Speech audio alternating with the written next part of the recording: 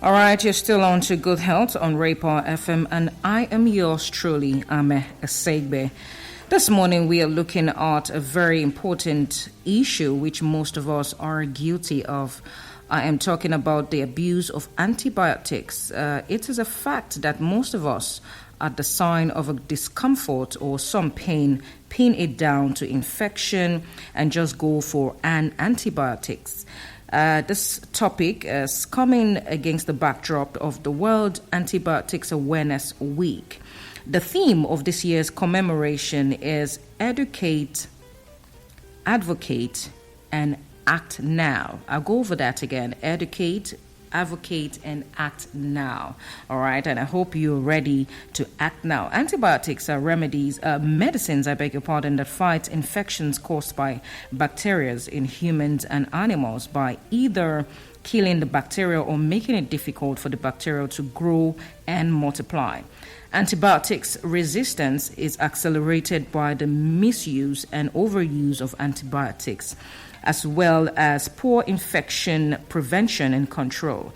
Steps can be taken at all levels of the society to reduce the impact and limit the spread of resistance. This is exactly what we shall be discussing this morning, the dangers of abuse of antibiotics and how to avoid antibiotics resistance.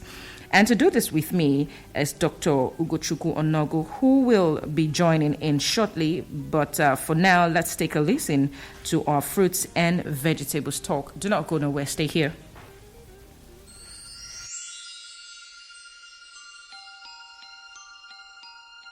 Good morning. Welcome to the fruit segment on Good Health. Certain plant extracts, essential oils, and even foods have antibiotic properties. For example, some food and vegetable extracts can prevent the growth of bacteria in food. Antibiotics are used to kill or inhibit bacterial growth. Although you might think of antibiotics as modern medicine, they've actually been around for centuries. The original antibiotics, like many of today's antibiotics, are derived from natural sources. Sometimes the properties of these natural sources extend beyond the food and can aid in your personal hygiene. This includes honey, garlic extract, thyme essential oil, and oregano essential oil.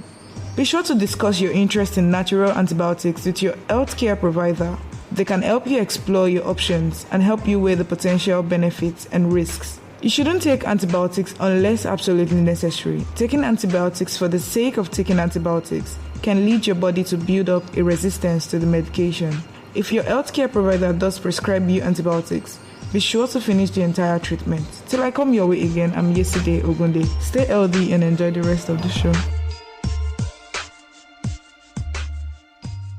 Hi, my name is Dr. Olawale Ogulano, also known as Dr. Wales, and I'm a medical doctor and content creator.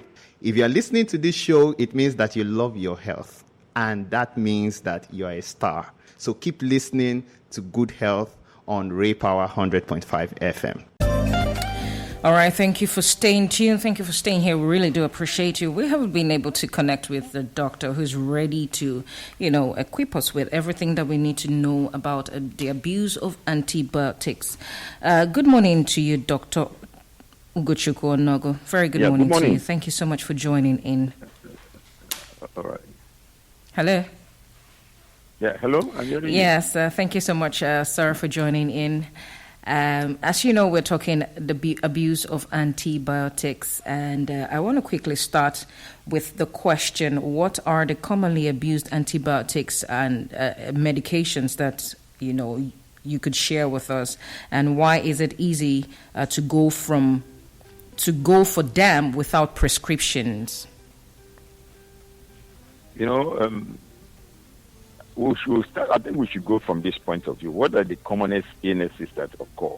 Okay. And that will happen among people that people always they do their self-diagnosis, and that's just what leads, when people decide to self-medicate. And on the hand, they already know what their problem is. And, yes. And what are those kind of problems that people always think they have? And that makes them, go to the pharmacy or the chemist shops to buy the drugs. That's where we start. One is sexually transmitted diseases. Once they suspect they have STIT or sexually transmitted disease, STD, they just move to the next place. Give me antibiotic. I think I've collected a tick infection. It's one of the commonest cause of antibiotic abuse. We are talking about antibiotic abuse, not necessarily medication, drug abuse. That's one. The second one is every person here is, every illness, typhoid and malaria. Even when the diagnosis is far from being typhoid or whatever. So, if you then go to the chemist and please I give him a drug for typhoid, and the drug they'll give to them is antibiotic, right? So based on these two, self-diagnosis or wrongly diagnosed most of the time, they will not take these drugs. And when they take these drugs, because they are not prescribed by any professional, any medical doctor, any physician, they didn't see any doctor before, they will not take these drugs the wrong way. Instead of curing the illness, it will make the illness to, the germ, whatever they want to kill, they will have resistance to it. But first of all, I want to understand what is prescription. That's what I think we should start from there. Yes. It's a prescription. A prescription is a kind of drug, protocol or regimen that's written out by a medical doctor after making a diagnosis of the illness, stating the name of the drug, the dose of the drug, the frequency of the drug, and the duration the drug should be taken. Okay. In order to achieve a cure of that disease.